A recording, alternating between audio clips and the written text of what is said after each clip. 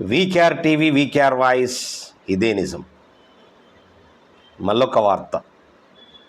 ఈ వార్తలు ఏం చేస్తాం, వార్తలు చదవాలా. నేటి నుండి డిఎస్సి పరీక్షలు 14 జిల్లాల్లో 56 పరీక్షా కేంద్రాలని ఏర్పాటు చేసి డిఎస్సి పరీక్షను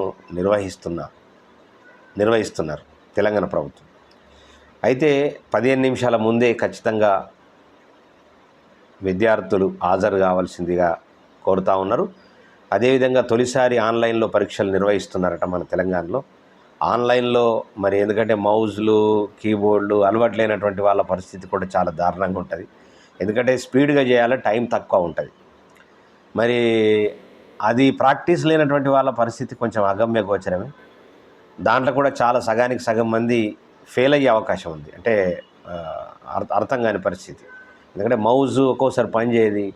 సరే అందిస్తరచ్చు, కీబోర్డ్ అలవాటు లేనటువంటి వాళ్ళు ఉంటారు.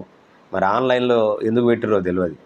11,062 టీచర్ పోస్టులకు భర్తీగా నోటిఫికేషన్ ఆగస్టులో జారీ చేయడం జరిగింది. దాన్ని పెద్ద మొత్తంలో డిఎస్సి వాయిదా వేయాలని చెప్పేసి డిఎస్సి యాస్పిరెంట్స్ అంతా కూడా పెద్ద ఉద్యమం చేసారు. అయినా ప్రభుత్వం వినకుండా, వెనక్కి తగ్గకుండా విద్యార్థులను అంటే యాస్పిరెంట్స్లను ఓడగొట్టినట్టు లెక్క ఓడగొట్టి వాళ్ళే గెలిచి, ప్రభుత్వం గెలిచి అలా ఆన్లైన్లో పెడతా ఉన్నది. మరి ఆన్లైన్లో ఉండేటటువంటి పరిస్థితి ఎట్లా ఉంటుంది అనేటటువంటిది నెక్స్ట్ ఎగ్జామ్ రాసిన తర్వాత వాళ్ళకు ఉన్నటువంటి అనుభవాలు రాసినటువంటి విద్యార్థులు ఇలా 2,79,000 మంది హాజరవుతూ ఉన్నారు పరీక్షకు. జై తెలంగాణ.